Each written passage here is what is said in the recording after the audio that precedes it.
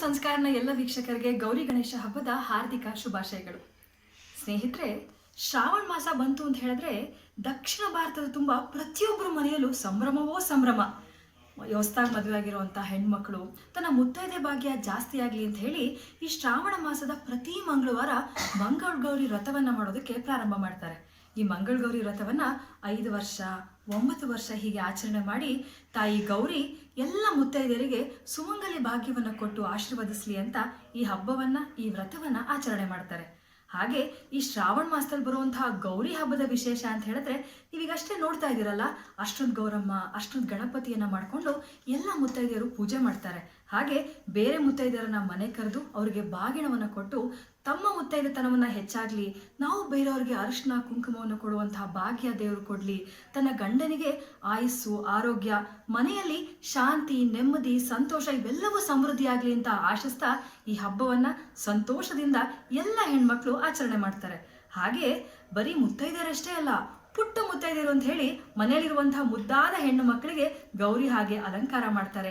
ಆ ಮಕ್ಕಳು ಕೂಡ ಪುಟ್ಟಾದ ಒಂದು ಬಾಗಿಣವನ್ನು ಮಾಡಿ ಬೇರೊಂದು ಪುಟ್ಟ ಮಕ್ಕಳಿಗೆ ಅವರು ಕೂಡ ಪುಟ್ಟ ಮುತ್ತೈದೆಯರಿಗೆ ಕೊಡ್ತಾರೆ. ಈ ಒಂದು ಆಚರಣೆ ನಮ್ಮ ದಕ್ಷಿಣ ಭಾರತದಲ್ಲಿ ವಿಶೇಷವಾಗಿ ನಾವು ಆಚರಣೆ ಮಾಡ್ತೀವಿ.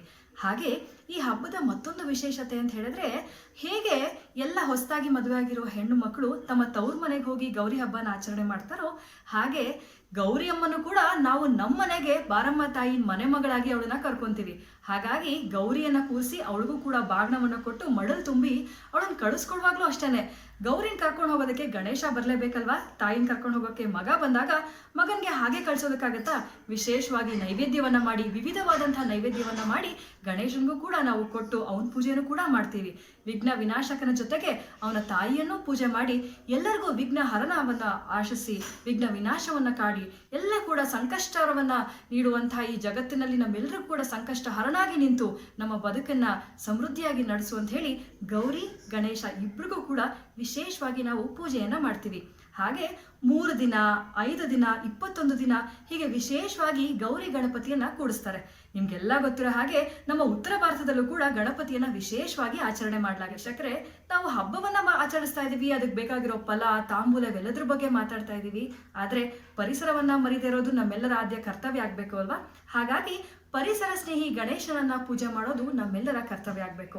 3 ದಿನದ ನಂತರ, 5 ದಿನದ ನಂತರ ನಾವು ಗೌರಿಯನ್ನ ಬೀಳ್ಕೊಡುವಾಗ 3 ಸಲ ಗೌರಿಯ ವಿಗ್ರಹವನ್ನ 3 ಸಲ ನೀರಿನಲ್ಲಿ ಮುಳುಗಿಸಿ ಹತ್ತಿರದ ಕೆರೆ, ಬಾವಿ, ಕೊಳ ಅಲ್ಲಿ ಹೋಗಿ ಬಿಡುವಂಥ ಒಂದು ಪದ್ಧತಿ ಕೂಡ ಆಚರಣೆಯಲ್ಲಿದೆ.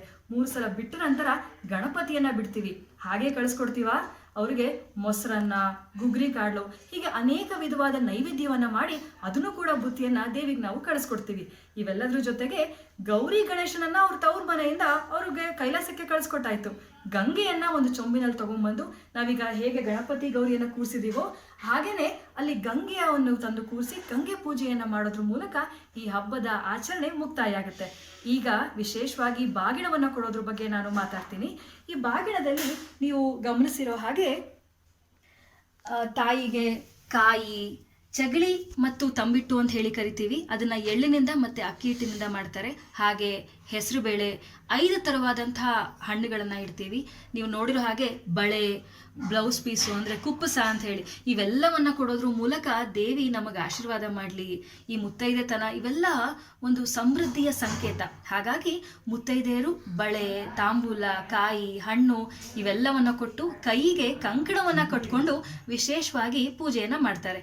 ಇವೆಲ್ಲದ್ರ ಜೊತೆಗೆ ಪುಟ್ಟ ಮುತ್ತೈದೆಯರಿಗೆ ಆ ಮಕ್ಕಳಿಗೆ ಏನು ಇಷ್ಟ ಆಗುತ್ತೆ, ಅವ್ರಿಗಿಷ್ಟ ಆಗುವಂಥ ಸರ, ಬಳೆ, ಹಣ್ಣು, ಚಾಕ್ಲೇಟು ಇವೆಲ್ಲದ್ರ ಜೊತೆಗೆ ಅವ್ರಿಗೂ ಕೂಡ ಕಾಯಿ, ಹಣ್ಣು, ತಾಂಬೂಲವನ್ನು ಕೊಟ್ಟು ವಿಶೇಷವಾಗಿ ಈ ಹಬ್ಬವನ್ನು ಎಲ್ಲರೂ ಆಚರಣೆ ಮಾಡ್ತಾರೆ. ಈ ವರ್ಷದ ವಿಶೇಷವಾಗಿ ಮತ್ತೊಮ್ಮೆ ಎಲ್ಲ ಪುನರ್ವಿಯಜು ಸಂಸ್ಕಾರನ ವೀಕ್ಷಕರಿಗೆ ಗೌರಿ ಗಣೇಶ ಹಬ್ಬದ ಶುಭಾಶಯಗಳು. ಹಾಗೆ ವೀಕ್ಷಕರೇ, ಕರೋನಾ ಮುಕ್ತ ಸಮಾಜವಾಗಿ ನಾವೆಲ್ಲರೂ ಕೂಡ ಸಂಭ್ರಮದಿಂದ ಎಲ್ಲರೊಡನೆ ಹಂಚಿಕೊಂಡು ಸಂತೋಷವಾಗಿ ಹಬ್ಬವನ್ನು ಆಚರಣೆ ಮಾಡಲಿ ಅಂತ ಗೌರಿ ಗಣೇಶರಲ್ಲಿ ಪ್ರಾರ್ಥನೆಯನ್ನ ಮಾಡ್ಕೊಳ್ಳೋಣ. ನಮಸ್ಕಾರ.